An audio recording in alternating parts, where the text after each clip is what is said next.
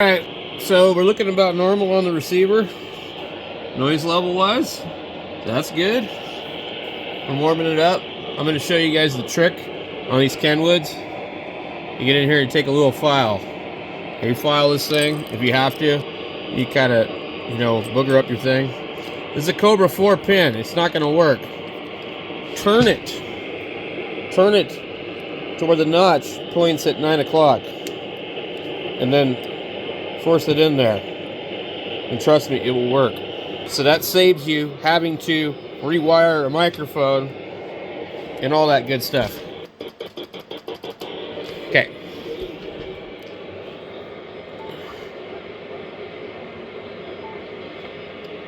I'm actually probably just going to turn this off. I hear somebody right now.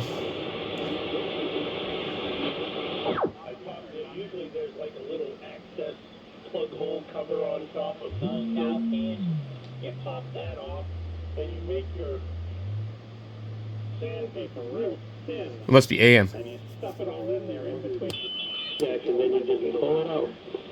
Flip it over and do the same thing and pull it out. It's AM. And what it will do is Oh my goodness. flatten out the contact points on both sides, and then you de-ox it and you're done. Wow. You can de-ox it and do that after, but I'd still de-ox it last too and clean everything. Let me find my meter. I've done that on So we got AM and we got sideband at the same time, so we're on 3870. contact point because you're not really trying to clean it off while it's swirl. They're already pushing Okay. against each other, and all you're doing is pulling the paper through the contact. So it flattens it right out on both sides and makes it nice and fast. we're listening really wide.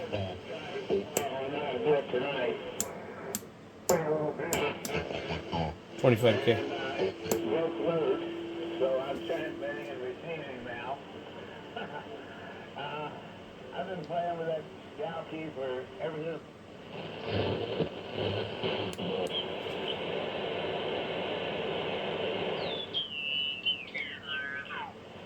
3 hops and a cot. Thank you. I'm mixed up. It's late at night. Hello? What's it got to do with it? It's called the sundown syndrome, Terry. Sun goes down. Oh, I need my transceive cable. Control. I didn't even think about it. I've not even hooked up the transceive cable. Take it out of control. I'm going to do a Marcus right now. I'll be back. There you go. Right on time. Crazy. I didn't even think about it.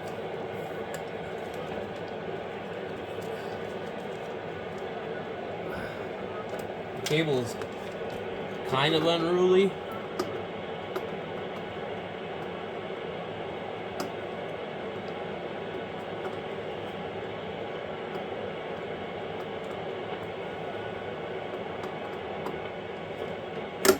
There we go. Right back, Joe. KE6RWB.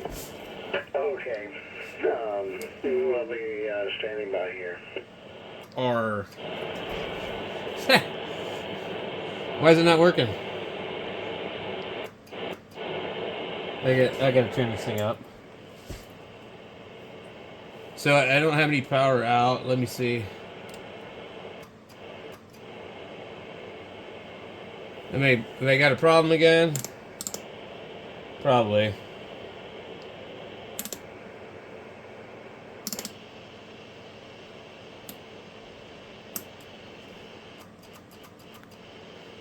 I hear it clicking. Oh, the damn thing's on 7 megahertz. Jesus Christ. It's so much work with a transceiver. Alright. Let's try and get this thing quick.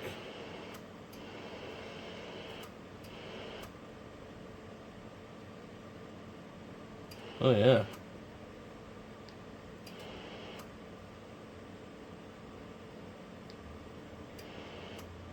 Well, 100 watts. Well, where's my grid? Okay.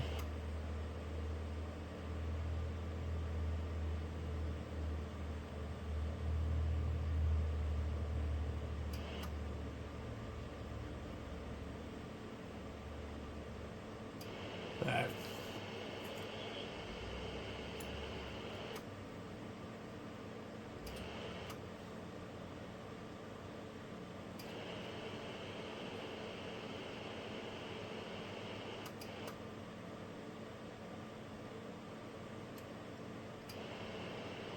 I can hear them tubes.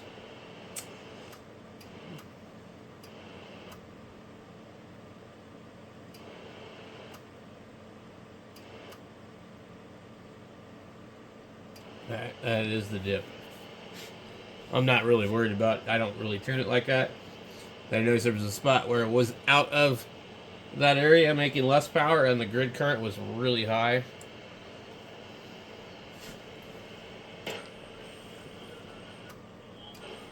I gotta retune this thing. There we go.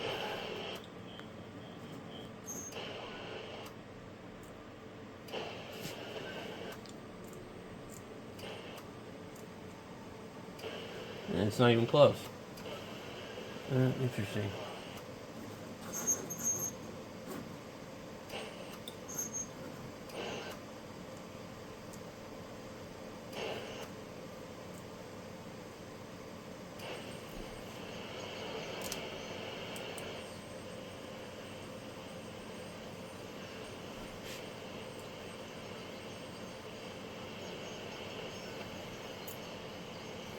KG7A share. Let's see. Yeah, hi, Bram. What's up tonight? I got the twins on. I got to tune you in. I know I'm off a little bit. Oh, you're sounding pretty good. You want to carry her to 0 beat? I don't even know if it's that easy to do on this one.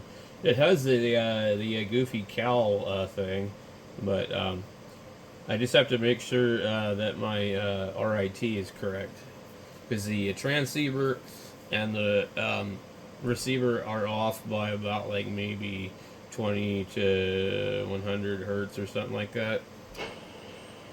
Yeah, okay, but you're sounding very normal here, or well, normal anyway. But yeah, it sounds like you're right on frequency. Okay, then I won't touch it. Yeah, okay. All right, I'm back here. You sound fine. Good solid radio, bro. Yeah, it also dawned on me when I was putting them away that there was an AGC control on the bottom, and I thought there's no way that it just needs to be adjusted, but it does look like that's really the case.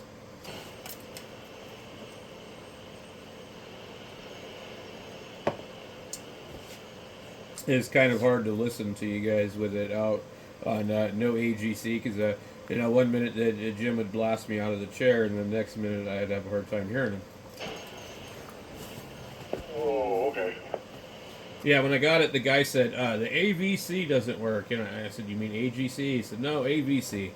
But anyway, he told me that it didn't work, and he just said, just turn it off. So whatever it was doing, it was overly aggressive, and it was just folding back all the receive gain. I remember you saying that it didn't have very good receive the first time I heard you talking about it when you were on.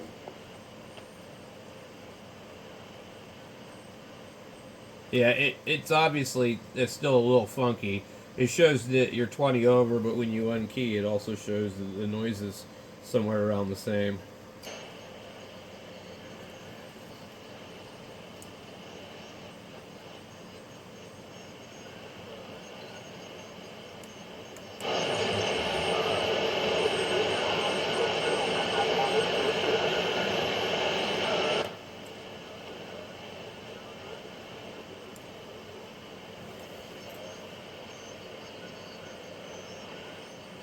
Yeah, it's acting a little funny, but I mean, you got a 1970s transmitter and probably a 1976 receiver. I mean, it's going to be, all original. The fact that it works is pretty good.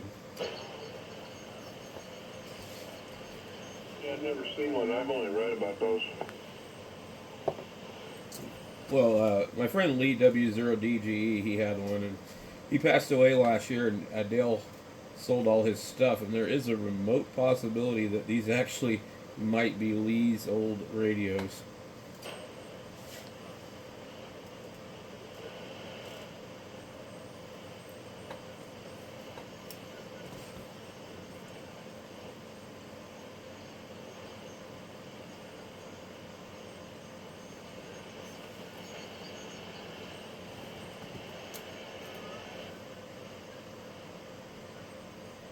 Definitely the receive sounds a little strange. They get really high levels here.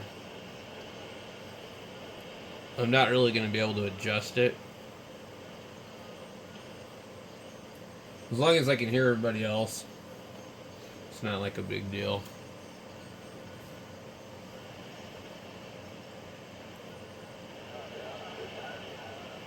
I'm also listening. 5 or 25? 25. Oh. Okay, so 5K wide looks normal. David went to walk the dog, normal, and I texted Clark, haven't heard back from him, so I don't know what else is going on. It's the three of us. Yeah, I guess so. By the way, I just brought up the Battle of Picacho Pass, and I guess I remembered it pretty much the way I described it, except that the Union forces actually came overland from California, well, around Yuma, and engaged the Confederates at Picacho. And they, after the action, they retreated back into Texas, it says, so, which I guess was El Paso, or it could be Las Cruces, or, anywhere east of the Rio Grande. That's a long retreat. Yeah, it is, and as Terry was saying, man, that would have been a hell of a journey too, over the most godforsaken chunk of land, I don't know, this side of the Mississippi. Those damn blue coats. Well, yeah, hell, there's no damn water out there, that's the middle of nowhere. Yeah. Like, what in the hell? How would you get all the way from there to Texas without water? Well, obviously they must have been carrying it, but I'm just saying, God, you wouldn't want to run out. They must have been carrying a lot of it. Well, what they did have is that they had a stagecoach route along that path. And so there were wells that had been dug and things like that to support that activity. So that's over by the peak? I didn't know that. Yeah, they had a stagecoach station pretty close to Picacho Peak. That's some cool history.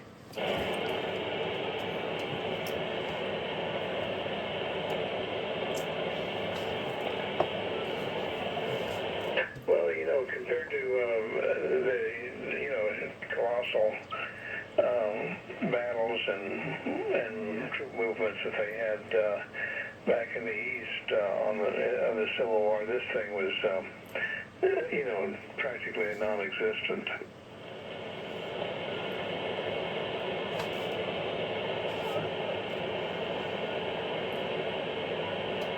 Oh, very cool. I'm gonna upload a clip of this radio receiving you, Jim. You sound really good on it. I had it on 25 kilohertz wide earlier, but I put it on 5. But I'm gonna upload a clip of it, and you can see them in action. Oh, okay, very good. Yeah. Yeah, I agree with Terry. They're sounding quite good. Yeah, they're at least working, unlike the broken TS430 that I bought. It won't turn on. Oh man, what can you do? Well, it's got a PLL unlock, and I don't know. I'm familiar with the 440s, but the 430 is completely different. So I've been in it, and I'm checking solder connections and stuff. I finally had to take a break, and I said, let's go put these things on. So these are actually, they're starting to grow on me a little bit. Maybe it's just because they work. That always helps. I can't get enthused about non-functional radios. Yeah, I've got that ICOM 751A. I'm not excited about either because it doesn't work. But anyway, KEG 7HCR for the commercial, I guess, right? 87, oh well. Yeah, K7JEB. Go ahead, David. Yeah, I got a 751A. I'll sell it to you, Bram. All right, $60. 65. All right, deal. Right.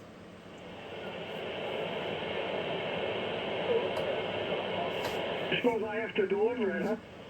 Oh yeah, definitely.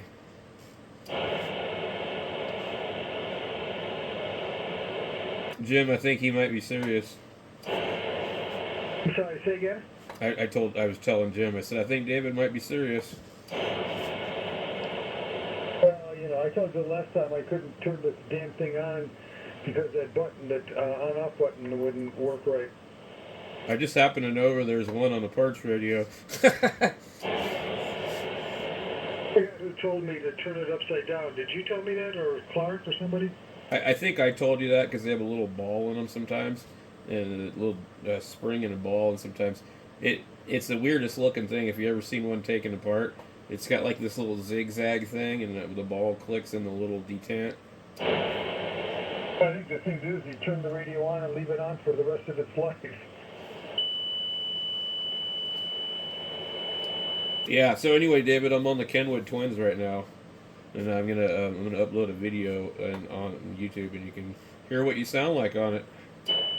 Yeah, well, you definitely have it sounding better than it was the other night. I mean, it definitely improved it quite a bit. Well, I got the transceive cable working, and I'm using the VFO in the receiver, and then I got the AGC working also. So it still doesn't work on 20 meters at all. I don't know what's up with that. I'm not real concerned at this moment. Yeah, but it sounds all right. Yep. Well, let me know if you decide you ever do want to get rid of that 751, because I can probably fix this one with that one. Okay.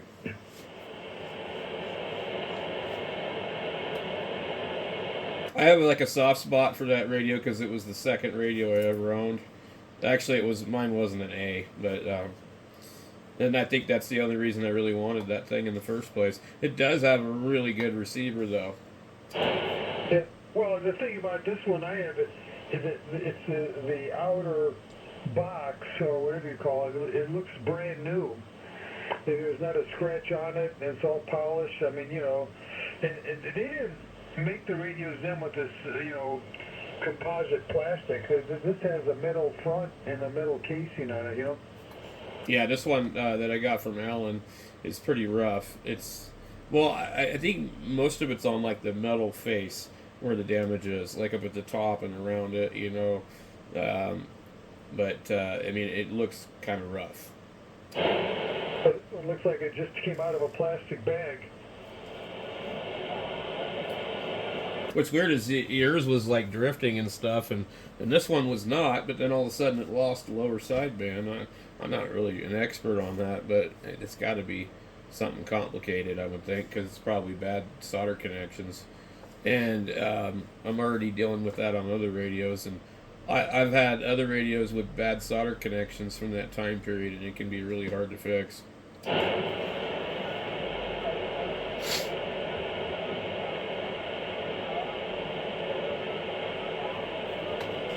Anyway, I better upload this.